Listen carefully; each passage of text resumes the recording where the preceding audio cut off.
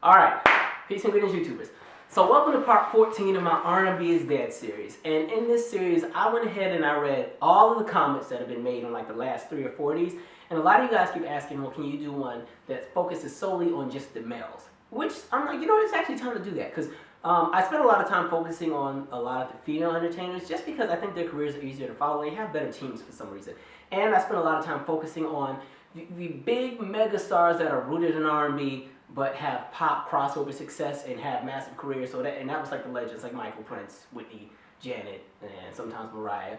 I said sometimes Mariah because I always thought she was more so pop, even though she had a lot of R&B or stuff. But they pushed her out as pop to me in my head.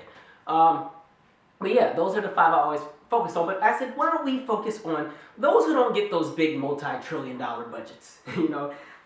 So let's just talk about the males. And what's funny is when I look at the men in R&B today, it's so funny because literally everything that I said in part 2 of this same series is happening today, only with a different sound. And by the way, part 2 and part 6 are my 2 favorite out of this whole series, I think. And 7 and 8, depending on what day of the week it is. But what I said in part 2 was, at the time, which was probably, I want to say 04 to 07, I was talking about how all the R&B entertainers had all hopped on one sound. They all said the hell with being creative and testing the lanes and testing the waters with different sounds. We're all just going to hop on the same trend. Everybody wanted to be crunk.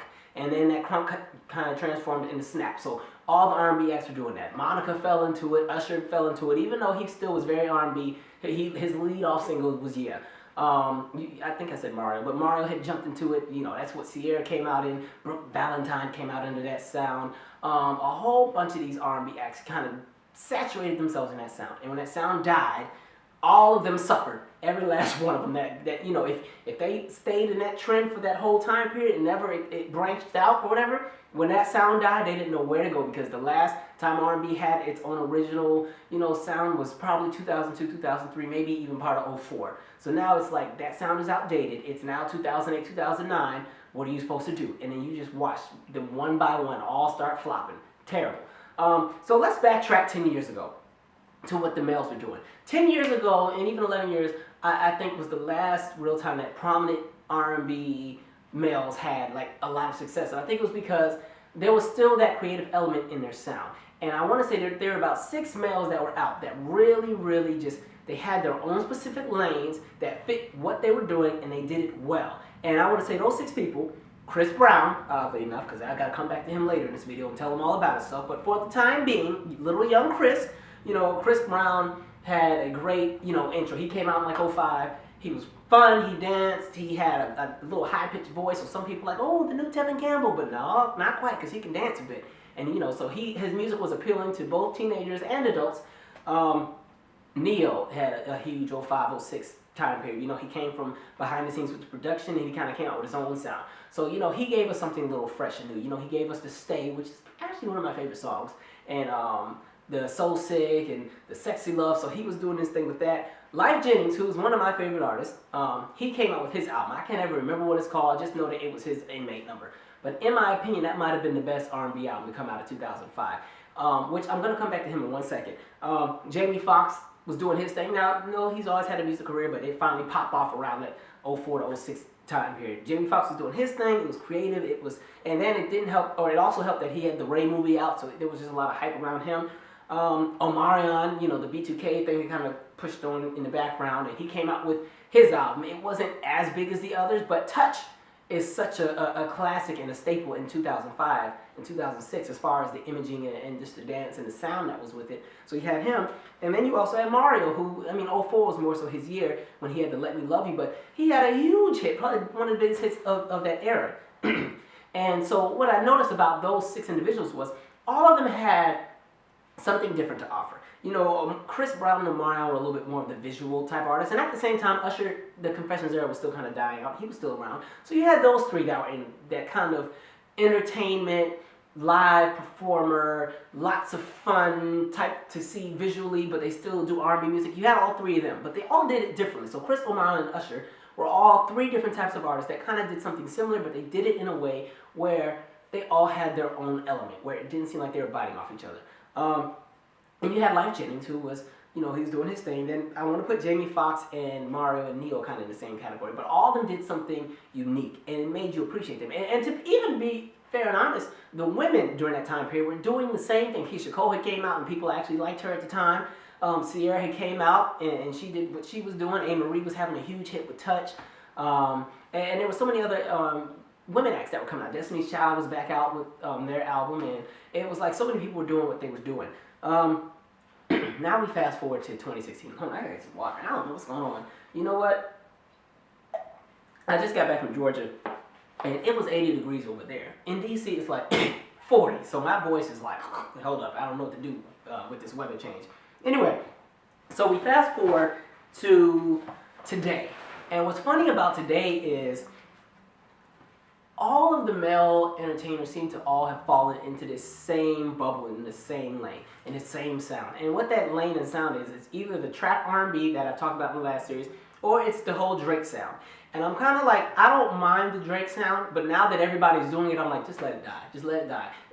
Just please let it die. And I like the Drake sound because he utilizes elements of chords, and there's lots of musicality in what he's doing. And I think I like it because he's a rapper doing it. But when it becomes something where the R&B acts are all doing it at the same time, no, stop. Okay, everybody can't do it. And so it's a mix of that, and it's a mix of the trap sound. And everybody's in this R&B thug era. Now this is what gets me. Because if you go back to 2005, Lyfe Jennings was the R&B thug of 2005. But the difference was, speaking of, Trey Songz came out in 2005 too.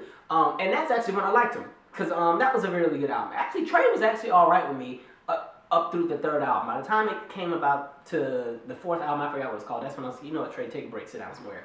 But okay, so I'll add him to that list. But, Lyfe Jennings was the R&B thug at the time. And Trey Songz might have almost fallen into that lane in 2005. But the thing about Lyfe Jennings was that album, the Inmate Number album, I can't remember what it's called, was so different for 2005. Because like I said, everybody was snapping and getting crunk. But he said, nope, I got some stuff for y'all. I just got out of jail. So, I mean, he has the guitar. It was a very R&B, soulful, acoustic album. And I mean, he sang about his experiences being in jail and dealing with child support and dealing with all the crimes he committed and struggles with religion and, having to steal from his friends and borrow money from his family. Oh, shoot, and I left out John Legend. Also came out around 04, 05 too. He was great too. So, you had all that going on. But Lyfe Jennings was what you call the R&B thug at the time. And it was cool because he did his thing, but everybody else who was out did not try to all fall into the same lane. Because what would have happened if everybody would have went the Lyfe Jennings route in 2005? If Chris Omarion, Usher, Mario, all of them did the same thing, I'd be talking about how stupid that era was too. But at that time, everybody had their own lane.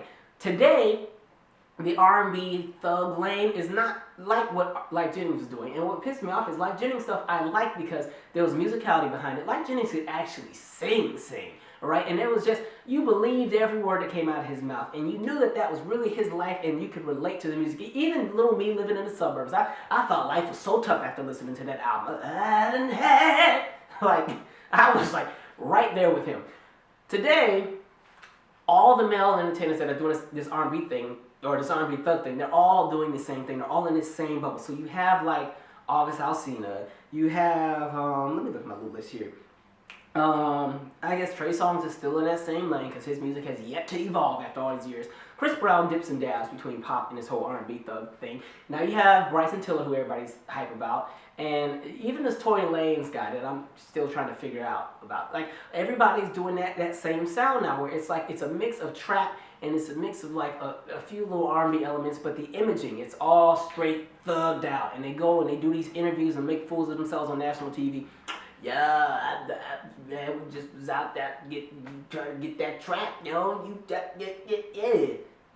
What? Anyway, so they're doing that crap. They go on these award shows, they perform, they don't have a band because they're so hood. Hood Negroes don't use bands, so they got a DJ. They sing the most ratchet songs that are always going to have no kind of substance. And when you watch the performance, they got to bleep out half the song. And of course, it's on BET. So BET's always late with the bleep and the editing. So you hear every F word and every N word that comes out. And it's like there's no originality with it. Now, Bryson Tiller is very new.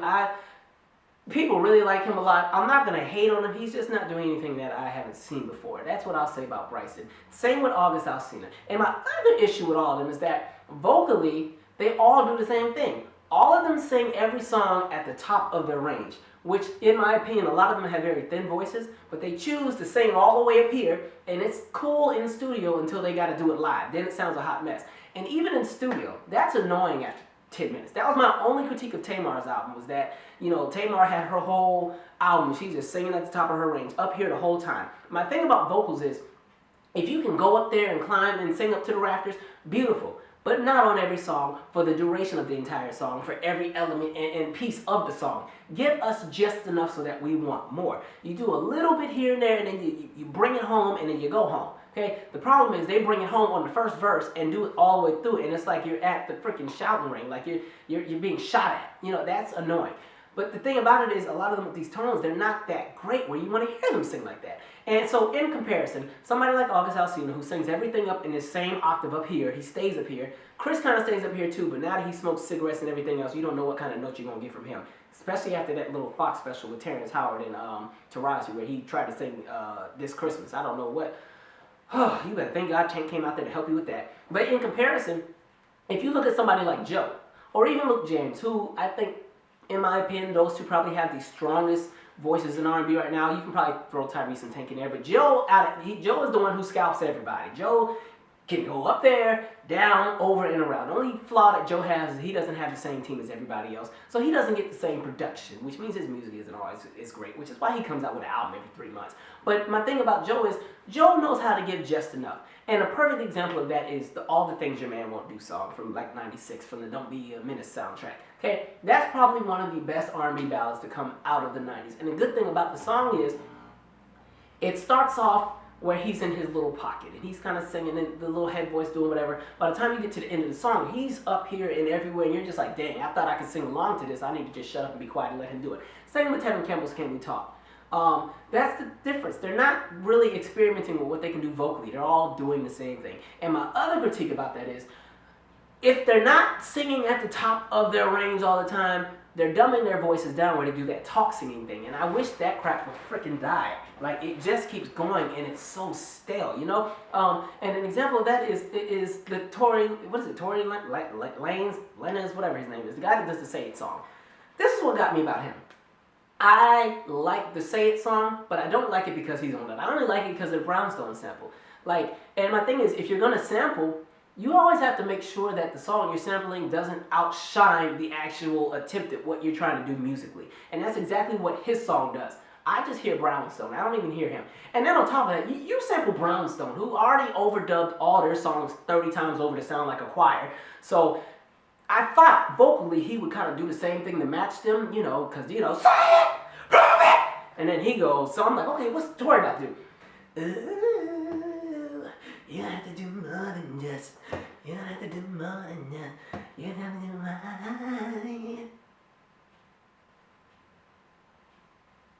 All right, cool.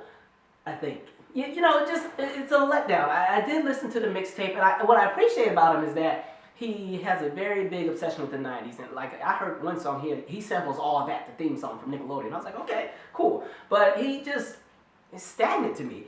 So the vocals are something that really get on my nerves. And so I don't know. So like I said, people like Luke James and Joe, I think, do a great job vocally. The only problem is their production sucks. They don't get the same, you know, they don't have the same team, so their music is very forgettable. Then you have these other R&B artists who I think are just, and I put Miguel and The Weeknd in the same category. The Weeknd is another one of them voices that I can't take after 5 minutes. All right, just let me die. Just let me die in peace. Because after 5 minutes, I don't want to hear The Weeknd, because it just, he sings up here the whole time. And the worst part is, he may have the thinnest voice out of all of them.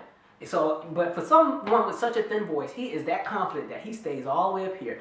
I'm telling you, when they had that VMA performance with him and Alicia Keys, I had to turn on the garbage disposal and start cleaning out the sink or something, just to kind of counterbalance what he was doing, because he thought it sounded good. It really didn't. It didn't, okay?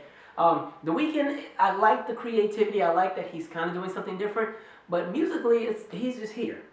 His albums are just like this. It's like you go on a roller coaster. There's no loop-de-loops. There's no drops. There's no speed bumps. There's nothing. It's just straight. It's a train ride. That's what The Weeknd's give you. And for some reason, white girls just love it. White girls think The Weeknd is like the next Michael Jackson. They go. But I mean, when your standards and the people that from your community are giving you mediocre anyway, I guess you get hyped about anything. So The Weeknd, I can't get with like that. The Miguel, his issue is he wants to be Prince so bad, but he keeps giving me the same album. His current album is like the diet version of Kaleidoscope Dream, and it's funny because I gave Miguel so much props earlier in the series, and it's like now he's kind of dry to me. You know, if anybody's doing the whole Prince thing correctly, I would say it's the guy from that Wonderland team, the Roman Gianarthur guy. If you don't know who he is, because I don't think he has any music videos out or anything, he's on that Wonderland team with Janelle Monáe and Jadena and all of them. You know, that guy. I can tolerate because he's giving me something different, and I'm anxious to see what else he has. Same with Jadena. Jadena, I don't know if he's a rapper or a singer, but I like that he's giving me something different. Classic Man, I'm like, great, can we get another single, please? Soon. But I did see him perform this other song that I liked, which is a total contrast of Classic Man. It's a very EDM-ish, tribal type of song. I was like, okay, I forgot what it's called, but I like it. It's different. And there's another song I heard he has where he's rapping and it's very like politically conscious and everything. So I'm like, okay, you're giving me something different. So it's like the vocals and everything. Y'all got to really give me something different. Who else? Let's see what's on here. And now the other thing that's getting on my nerves with the males is this sense of entitlement. First, Omarion pissed me off with the whole, he was pissed he didn't get the Grammy nomination for Supposed to Be. Okay, first of all, let's talk about Supposed to Be for a second. Okay, it was cool. It was a cool little club banger for what it was, but it was not anything that makes a difference between today and tomorrow. And to be quite honest, the only reason everybody liked the song was because of Janae Alco's verse about the booty like groceries line. And my thing is, that's basically what my issue with Omarion and Chris Brown together is that they have all this talent, lots of raw talent, and if they just had the right people behind them, they could be a lot more than what they're given. You know, Chris Brown's a little bit more successful because he has a team and he has a following, but he falls in that same lane. I'm like Omarion. What pissed me off about the Supposed to Be song, and I talked about this in one of these episodes, was the Supposed to Be video. You have two of the best male dancers in the game. I just knew that video, they were going to be just getting it. No, they chose not to. They just wanted to spend the whole video. And even Janae Alco can get it, but this is what they decided to do for the whole video. And in my opinion, the song wasn't even that great to begin with. I'm not that big on the DJ Mustard sound, so I just felt that with the video, he was going to give me a whole, something visually stimulating to make me like the song more. He didn't.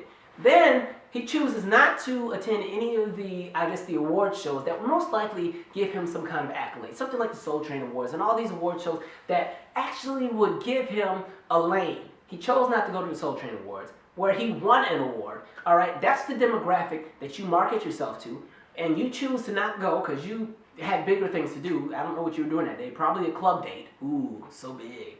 All right. And then you get mad because the Grammys don't want to recognize you. Okay, don't get big-headed. Then you want to go on Twitter and talk about how you had the best R&B song or collab of all time. Listen, time out, because the Brandy and Monica the Boys Mine took that a long time ago. No, sorry. Or even Deborah Cox and RL from Next Week Can't Be Friends. All those are the classics to me. So Supposed to Be, which vocally is a letdown for both Chris and Omarion. Y'all can both sing. What's with this talk singing crap? Just how it's supposed to be. No, it's not supposed to be like that. That's why the hell ain't none of y'all selling. And then with Chris Brown, I can't figure out what he was mad about because he where am I at? Oh, let me wrap this up. Chris Brown worked my nerves because it's like he just sold 150 or 160,000 copies this first week. He wanted to get mad and cuss everybody out because he thought more people were gonna buy his album. And I'm like, Chris, my issue with Chris, and the reason why Chris isn't selling is because Chris is oversaturated in the market. I love the fact that he likes to be good to his fans and always drop music, but he's dropping too much music. That mixtape that he dropped a week before his album with 34 songs, unnecessary. And the other thing about it is, musically, there's no progression with Chris Brown. Chris Brown is very hit and miss. He doesn't make bad albums, but his albums aren't great either. His first album is really well put together. I can even tolerate the second album, and depending on what day of the week it is, for Graffiti might get a little bit of kudos from me. But since 2010, Chris has been on that same train that The Weeknd's been on. The only difference is Chris Brown got some up-tempos. The Weeknd just stays in ballad land. But Chris is right here musically. There's no growth, there's no development. Same thing with Trey Songz. No growth, no development. Trey Songz was doing good, he was climbing, and after the Ready album, he went down and then he just stayed down here. Okay, gentlemen, sex is cool, but that is not going to be your bread and butter. That is not what is going to have you have longevity in this industry. You can have the sex appeal, but the music has to be there. The imaging, the talent, the stage performances, the creativity, the everything, the genuine element has to be there. And that's what is missing with all of these acts. Everybody's struggling. My bad, my camera ran out of time. But like I was saying, nobody is well studied anymore. Everybody has too much ego and pride, and they think that what they're doing is just the greatest thing since sliced bread, and they don't know how to critique themselves. They don't know how to experiment, step out, and try something different. And the other issue that I think happens with these male entertainers is they let the screams of these little hormonal teenage girls dictate and validate what they do, and that's the freaking problem, all right? Because at the end of the day, that is one tiny element of your success. You're always going to have fans that scream for you. But at the end of the day, if that's what you're using as justification to continue doing what you're doing, that's why none of y'all is selling. Then you got somebody like R. Kelly who, R. Kelly and this image issue he's having where he's somebody I don't know what to do with. Because a few series ago, he was doing the cruise ship R&B. He had finally started acting his age, and he's like, well, I'm going to do the cruise ship R&B, and, you know, we're going to two-step. And then he's like, wait a minute, I'm just playing. I'm still young. Let me put on my jersey and my fitted and my shorts and tube socks and my gold chain and the grill and my shades because, you know, I'm pushing 50, but, you know, I can hang with the 20-year-olds. So now R. Kelly is giving us the uncle at the family barbecue that nobody wants to sit by because he's going to be talking to the 15-year-old boys about how he used to pull all the girls after prom. And it's just corny now. So, of course, you know, R. Kelly ain't selling nothing. But the thing about it is the imaging with a lot of these acts sucks. So my thing is, the creativity has to be there. That creative aspect of what you do, where it's about the music and your album has a theme. Your album has a journey you're supposed to go on.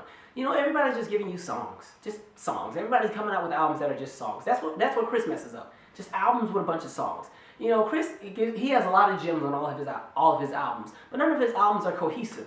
You know, you don't go on a journey anymore. You skipping and jumping and trying to... And the part that gets me is, all these R&B acts let both of the Justins come and school them every time. That's what pisses me off. I don't like either Justin, whether it's Timberlake or Bieber. But damn it, that Justin Bieber album got a few little bops on there. I'm like, I don't even like this little white boy. And he is killing it. Now, I didn't buy his album because I don't like him because his personality sucks. And I bootlegged that crap and I'm proud to say it. But the problem is, his album is actually really good. And I'm like, he went and did everything that some of these other acts should have done. He even got a soca song, which I feel some type of way about. How are you doing a soca themed song and music video and you only got white girls in the video? You're going to appropriate a style, a sound, and a visual, and you're not even going to let the people who you borrowed it from even have an appearance in the video? You tried it. Justin Timberlake I can tolerate, but I don't like him as a person that much either.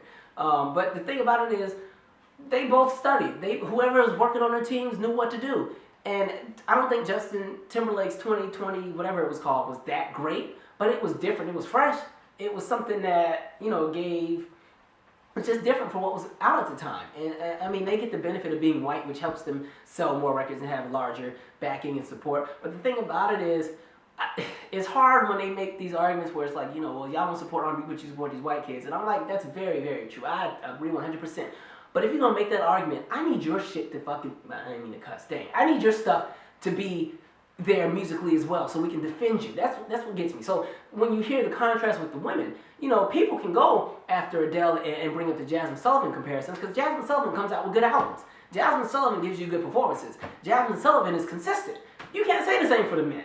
And it's harder to feel bad for them because they're not even trying. They don't do, you know, they don't do a lot of performances. Their promo sucks. If they do interviews, they gotta sound like idiots. Nobody speaks out on social issues with all the stuff going on in the community. This is the perfect time, especially as men, to really kind of be the forefront and really call out things as they see and motivate and inspire those fan bases to be a little bit more active in what goes on in the community. But everybody wants to be dumbed down, which kind of reminds me of Young Thug. He's a rapper though, but when he did that speech when they asked him about the stuff with Mike Brown, and his response was, well, you know, you just gotta let them handle that. You know, we out here having fun right now. We iced out. And literally, that's the same approach that a lot of these R&B singers have. I'm like, that's why nobody's rocking with y'all. Y'all don't stand for nothing. Your music is mediocre at best. Vocally, you're not doing anything great. Your award show performances, you got the same DJ and the same little hood rat ratchet dancer behind you. I don't know what to do with y'all. I really don't. So my wish for 2016, 2017 is that these male entertainers get it together. I'm anxious to see what Usher's doing. Hopefully he has learned that EDM is not his foundation, and he needs to, you know, if he gives me more of the good kisser stuff, cool, we can make this happen. But I'm anxious to see what some of these other R&B acts are doing. I think Luke James should have a new team. Fire everybody, get some real producers because he has the voice to do a lot of different things. Who else? This Bryson Tiller guy, cool, but I don't know what's going to happen for his second album. He's going to have to evolve. Same with August Alsina. He's not doing too well because he didn't evolve with this latest album. He kind of did a continuation of what he already did with the last one. Anyway, I'm out. Sorry this video was so long. Sorry for the little edit in the mix that you're gonna in the middle that you're gonna have to witness because I ran over for time. But yeah, send your thoughts, comments. I'm also doing your questions, my answers probably this week too. So submit your questions, I'll answer them. And the people that submitted some earlier that I forgot to get to, I'll get to yours as well. Anyway, Happy New Year. Hope it's a great one. Do all those things to make it great and be wonderful. I'm out.